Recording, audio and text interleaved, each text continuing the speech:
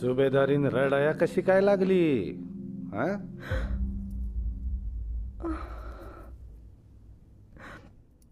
कुठं कोण रडतया? असं असं मग डोळ्यात कुसळ गेलं असन नाही का? नाही, रडतीयच. असं काय ते हाय अजून.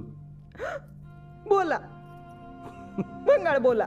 मग आपल्या माणसाला हसून पाठवावं की. कळतंय की